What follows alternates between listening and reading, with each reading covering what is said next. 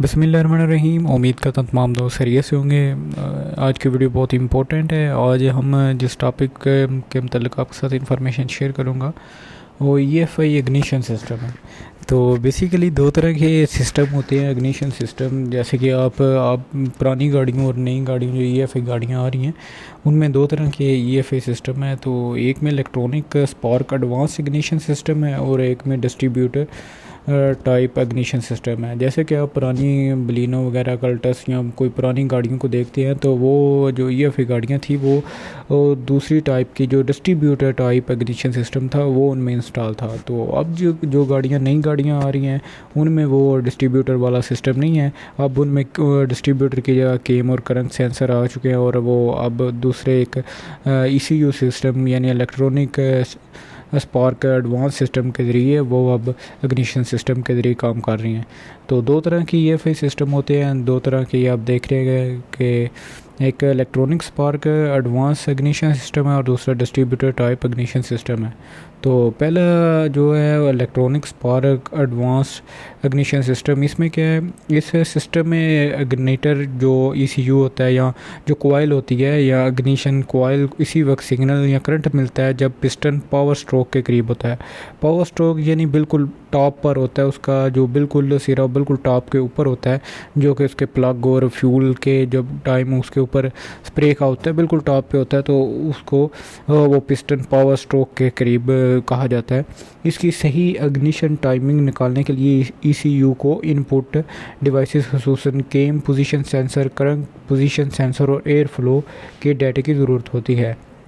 यानी कि वो ECU जो कंप्यूटर है उसको मुकम्मल इंफॉर्मेशन, क्योंकि जो पिस्टन है वो टॉप पर है या नीचे है या दरमियान में है, तो वो इसको कैसे चेक करता है, वो इन सेंसरों के ज़रिए चेक करता है।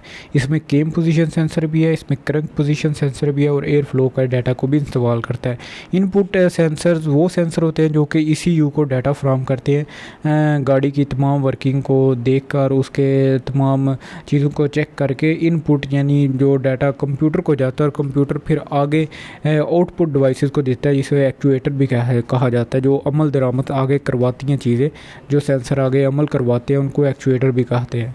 तो फर्स्ट ऑफ ऑल ये सेंसर इनपुट डाटा देते हैं ECU कंप्यूटर को और फिर आगे कंप्यूटर फिर इन दूसरे सेंसरों को आगे करंट या पल्स भेजता है, जिससे आगे फिर गाड़ी के दूसरे काम सर अंजाम होते हैं। तो इसमें cam position sensor, current position sensor और एयर फ्लो के डाटे की ज़रूरत होती है। एक electronic spark advance ignition system में मंदरजा झैल पार्ट्स शामिल हैं। तो इसमें जो चीज़ें शामिल हैं इस सिस्टम में, जो एडवांस स्पार्क इग्निशन सिस्टम है, इसमें सेंसर है, इंजन ECU है, इंजन का कंप्यूटर है, इग्निटर है, इग्निटर में उसके जो प्लग वगैरह आ जाते हैं, कोयल वगैरह आ जाती है, इग्निशन कोयल है और स्पार्क प्लग है।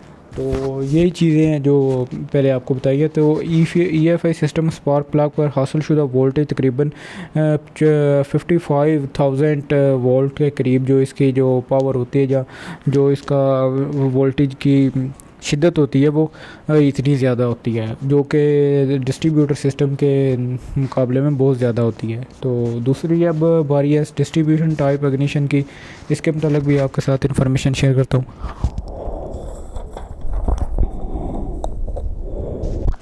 जी, तो ये एक छोटी सी डायग्राम आप देख रहे हैं, ये एक डिस्ट्रीब्यूटर टाइप इग्निशन सिस्टम के मतलब है। ये EFI सिस्टम के मतलब है जो इग्निशन एडवांस है, और नीचे वाली जो एक फ़ोटो है वो आप ये डिस्ट्रीब्यूटर टाइप देख रहे हैं, ये वाली।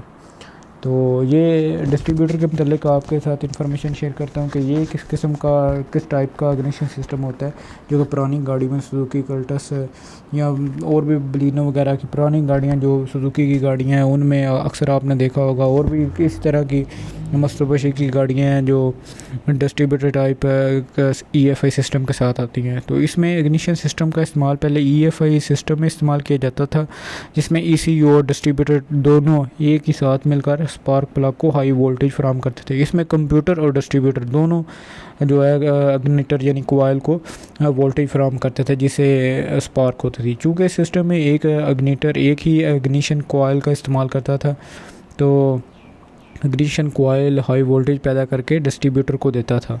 वो कहते हैं कि एक ही जो इस पे इग्निशन होता था, इसमें ज़्यादा कॉइल नहीं थी होती, इसमें दोनों इग्नाइटर एक ही कॉइल के ज़रिए वोल्टेज पैदा करके डिस्ट्रीब्यूटर को देता था। फिर वहाँ से मुतलका स्पार्क प्लग को वो हाई वोल्टेज भी भेजे जाते थे, जबकि अगले स्ट्रोक के लिए रिवर्स बाउंसिंग करंट का वापसी भाव ECU के इग्नाइटर को मिलता था। तो जो वापसी की करंट थी वो ECU के इग्नाइटर को मिलती थी, जबकि इग्नाइटर इसको बढ़ाकर इग्निशन कॉइल को देता था और फिर वो ही रिवर्स बाउंस करके फिर इग्निशन कॉइल को देता था और फिर इग्निशन कॉइल इस हासिल शुदा वोल्ट को 25,000 से लेकर 30,000 वोल्टेज में तब्दील कर देता था। इस तरह यह सर्किट हर सेकंड में के 10वें हिस्से में बार बार होता था, यानी 1 सेकंड के 10वें हिस्से में एक बार ये सारा अंजाम पाया जा सकता था और 1 सेकंड में बहुत ज़्यादा दफ़ा ये सिस्टम काम करता था।